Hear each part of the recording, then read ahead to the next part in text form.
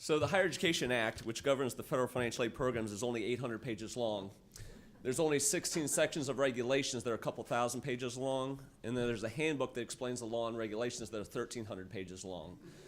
So if you read a page a minute for 8 hours a day for 5 days a week, it'll only take you 3 weeks to get through the financial aid laws and regulations for the federal government. I'm not going to take that long, I promise. All right. So this is just about, you're going to time me, right? Okay, so this is just, again, an overview of financial aid, just to give you some information. Hopefully I keep you awake. If not, you can read up on, again, all these financial aid laws and regulations.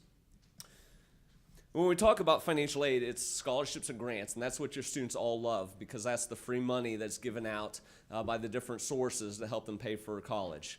There's also work study, where you employ students part-time either on your campus or off your campus in order to help them pay for their college education. Then you have the much beloved student loans that students take out to help pay for them that they have to pay back after their drop below half-time status.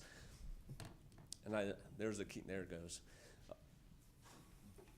And so there's two different types of financial aid in terms of there's need-based and then there's non-need-based that fall in all the different buckets. And so need-based obviously is going to be based on their financial need, based on the financial circumstances of that family. And then you have non-need-based financial aid, which is based on other criteria, whether it's academics, whether it's athletic, or maybe they meet some other criteria. And so they could have need-based or non-need-based scholarships, grants, work study, or loans. And so when your institution is awarding students, it comes out of these buckets. And it's either need-based or non-need-based. Okay, so those are the different types. Then you have the different sources. And so you have money that comes from the federal government. You have money that comes from the state government. You have your institutional financial aid. And then, of course, there's private sources of financial aid. And so this is for the 15-16 award year and the amount of money that went to 4-year and 2-year public institutions in the state of West Virginia. And so you can see the federal government, our institutions received $440 million in federal financial aid, okay, in the 15-16 award year. From the state government, you received almost $80 million. Institutional, you gave out $110 million in institutional aid in the 15-16 award year. And then you can see the private sources around $58 million a year. So just real briefly recap on the different financial aid programs that are out there. You have the main federal program is the Federal Pell Grant Program. It's a little over $30 billion a year that the government gives out in Pell Grants to students. On a student basis, a student can get up to $5,920 in the Pell Grant is the maximum, but it's a range based on the financial circumstances of the student. The minimum is $596 this coming year. So again, it's a range, but it goes to your low-income students. The great thing this coming year, starting July 1st, 2017, the government reinstituted year-round Pell. And so they can receive Pell Grant in the summer now. And so that'll help your students, again, stay on track to graduate or accelerate through their program, again, using grant money instead of loans or out of their own pocket. Then you have, and then you have campus-based aid. This is a block grants that the government gives to your institution towards the students. This is a matching fund. And so when you receive either SEOG, Federal Work Study, or Perkins loan, your institution is matching those dollars. Usually on 25% for every 75% the government gives you. But the institution controls those dollars. SEOG goes to your Pell Grant students. And so when your financial aid office is dealing with students that might have a gap, they just can't cover books or something like that, they can use their SEOG to help cover that gap. Okay. For a work study, again, you're employing students part-time employment. They cannot exceed 20 hours a week. Okay. And then you have the Perkins loan. It's a revolving loan program that your institution may operate, and is based on the amount of students repay back to you. And so you are the lender, students are paying you back. Whatever they pay back, that's what you have then available to loan back out to your students. But it is set to expire after this year unless Congress reauthorizes the Perkins loan program. It will expire after this upcoming award year. But again, the campus-based, those three SEOG, Workstudy, and Perkins loans are grant program or block grants the government gives to your institution. You have the Teach Grant, which is a small program that is to help students to go into teaching. It's a national program. They have to teach 4 out of the first 8 years as a teacher in a high-need school in the low-income field, or a low-income school in the high-need field, or else they have to pay it back. So it's not really a grant. It can become a loan, and so we groan about it, right? Because it's not necessarily what you see in terms of grant. The Iraq-Afghanistan Service Grant Program is for those that have had a parent that has passed away in the military through active duty since 9/11. And then you get to the loan programs, the direct loan program, which is the largest loan program obviously in the country. The Stafford loan program, you have two different types. You have subsidized and unsubsidized. Subsidized, the government pays the interest on these loans while the student's going through school. Unsubsidized, accrues interest while the student's going through school. The Parent Plus loan obviously is for parents. You have a Graduate Plus loan, which is for graduate students. These loan programs are based on entitlement. And so if the student is eligible for them, then your school has to give them the amount of money they're eligible for. The school cannot deny a student loan. Okay, and so that's where when you get to these loan figures in terms of what students are borrowing, your institution can't restrict a student from borrowing that money if they're eligible for it. Okay, and so you just be aware of that. The government sets the interest on these student loans. Right now, this upcoming year, the Stafford loan program has 4.45% interest on the Stafford loan program. Parent Plus loan, Graduate Plus loan is 7% interest rate. Okay, the government sets annual loan limits in terms they can only borrow so much in a year, and they can only borrow so much for a program. Okay, so for a dependent student, they can only borrow $31,000 from the Stafford loan program for an undergraduate degree. But for a graduate student, they can borrow up to $138,500 for a graduate program. And so they set not only annual loan limits, but they set aggregate loan limits depending on your status. Okay. Also with the direct loan program, you're held responsible for the defaults. You're probably familiar with the cohort default rate. And so they come out with this every year. It'll come out in September for the fiscal year 2014 year. And they judge you based on how well your students repay those loans. And if you reach a certain percent, 30%, you're put on warning. If you reach 40%, you're kicked out of the Pell Grant program and the loan program. Okay, and so just be aware of the default rate at your institution. But it is a lagging indicator. So the default rate that's coming out this September is looking at students who left your institution in the 2012-2013 year, right? And so again, it's looking backwards, and again, it's going to be lagging. And so you might have done something, and that won't show up in the numbers for a couple years. You also have other programs that fall outside of the Department of Education through the federal government. And so you might have, again, Veterans Affairs, the GI, post-9/11 GI Bill, and other sections of the VA. Vocational rehabilitation, students who have disabilities.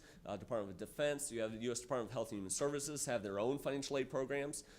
You have the Bureau of Indian Affairs. You have AmeriCorps and VISTA, which falls on the Corporation for National and Community Services. So you have other federal programs that fall outside what we normally call what is known as Title IV aid. And then you have state programs. And so these are programs that are administered by the Higher Education Policy Commission. The Promise Scholarship you're well aware of, $47.5 million that we award each year. A little over 10,000 students receive the Promise Scholarship each year. We've been able to maintain the criteria for Promise since 2007. We've not had to change it, which is a great accomplishment because within the first 5 years we had to adjust the criteria 3 times in the first 5 years of the program, and we've not had to adjust it since 2007. So we've had some stability within that program. You have the Higher Education Grant Program, about $40 million that we award. Around 18,000 students receive this. This is a need-based grant that we give out to students from low-income and middle-income families. The maximum award amount in the Higher Education Grant Program is $2,700. And so a little bit less, obviously, than Promise, which covers up to $4,750. You have the Higher Education Adult Part-Time Student Grant Program, which has 2 sections. You have a workforce section for programs that are 12 months or less, and then you have a part-time program for those that are going less than full-time. Engineering, Science, and Technology and Underwood Smith deal with, again, students going into those fields. Be aware of those 2 fields. They have to commit to work in West Virginia, or else they have to pay those programs back.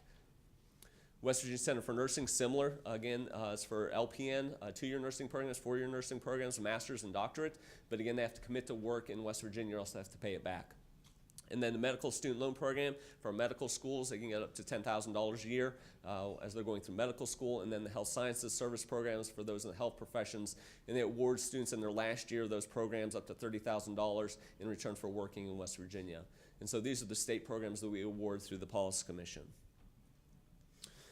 And then in institutional aid, again, you have these same buckets in terms of scholarships and grants. You have tuition waivers. Some tuition waivers are dictated by code. For instance, you have HISTA, you have foster care, which are required to give students under West Virginia Code. You also have tuition waivers where the institution controls those dollars.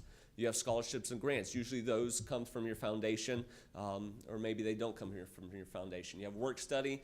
Sometimes you have institutional loans. But again, these are dollars that you as an institution control to award to your students, whether in-state, out-of-state, athletic, academic, need-based, non-need-based. The thing you want to be aware of when you're asking questions, are they funded or are they unfunded? Obviously, funded means that there's dollars behind those that you as an institution can utilize. Unfunded, it's monopoly money, right? It's a coupon, you're writing it off in terms of less tuition dollars that you're taking in when it's unfunded. So the way this whole process works, okay, if you're not familiar, the student fills out what's known as the FAFSA. FAFSA stands for Free Application for Federal Student Aid. It's a document that they send to the U.S. Department of Education, and they process that application, okay? If you're familiar with it, it only takes national average 20 minutes to complete the FAFSA, so it's not that daunting. This process works very well for about 80% of the students in this country. But for the other 20%, it can be very trying, depending on their circumstances. So once they file the FAFSA, then the U.S. Department of Education sends a copy of that FAFSA to your institution, to the student, and to our office, okay? Once we receive it, then we will notify the school of the student's eligibility for state financial aid. Then the school and us will notify the student of their eligibility for financial aid in the financial aid award letter, letting them know what scholarships, grants, work study, and student loans that student is eligible for. The student then notifies the school saying, yes, I accept it, or I don't accept it, I want this much in student loans, or I don't want this much in student loans, so that the school can then process that financial aid. Once they let the school know they accepted it, then the school notifies the U.S. Department of Education, our office, the students enrolled, they're eligible, and the amount of funding that they need in order to fund those financial aid awards. Then we, in turn, as well as the U.S. Department of Education, sends those funds to the institution. So then you can then disperse it and put it on the student's account to help pay for their college. Very simple process, okay? Within that whole process, sometimes there's some obstacles that students run into. And sometimes that might come to your attention, correct? That the school's not giving me my financial aid and I want you to do something about it. And so just be aware, obviously, every student's different. And so every situation sometimes is different. And some of the instances where the student can't get their financial aid, it might be the student's fault. Sometimes it might be the institution's fault. Sometimes it might be our fault. Sometimes it might be the Department of Education's fault, right? But they run into these obstacles. And again, it's just up to the student really either to contact the school's financial aid office or our office so we can help them go through those obstacles. Whether it's verification, they have to verify the information on the FAFSA was correct. Maybe it's filling out a promissory note. Maybe it's going through counseling. Maybe there's an eligibility criteria where they didn't register with selective service, or they're in default on a student loan. There's lots of different issues that might hold up their financial aid, and so they need, again, contact the financial aid office so they can work through those issues. What you need to be aware of in order to participate in these financial aid programs, there's a three-legged stool that is out there. You have to be approved by the U.S. Department of Education to participate in federal financial aid programs. You have to have national accreditation, and then you also have state authorization. If you're missing any one of these pieces, you can't participate in financial aid programs, okay? And so again, you'd have to be in good standing in all three of these areas. So the Federal Department of Education, U.S. Department of Education, has an agreement that they've sent to you as an institution that your president and your financial aid director sign off on called a Program Participation Agreement. That's the hook, right? And because you want access to all these funds, there's all these criteria within this agreement that you have to follow if you want access to all these millions of dollars in financial aid. And so, in part of this program participation agreement, these are the different laws that you're required to follow as part of the program participation agreement. There's others, these are just the main ones, but it just says that you as an institution, you cannot discriminate students based on their race, or based on their gender, or based on their disability, or based on their age. Your Graham-Leach-Bliley deals with financial institutions, and because of the amount of money that you deal with, you're governed by Graham-Leach-Bliley. You also have FERPA, and so you have to have safety and security of the privacy of student information. And so you're bound by these laws if you want access to the millions of dollars in federal financial aid. Okay? And there's others requirements like submitting an audit on time and things like that. Okay? So that's just a brief recap. I want to allow enough time for questions if there are any questions.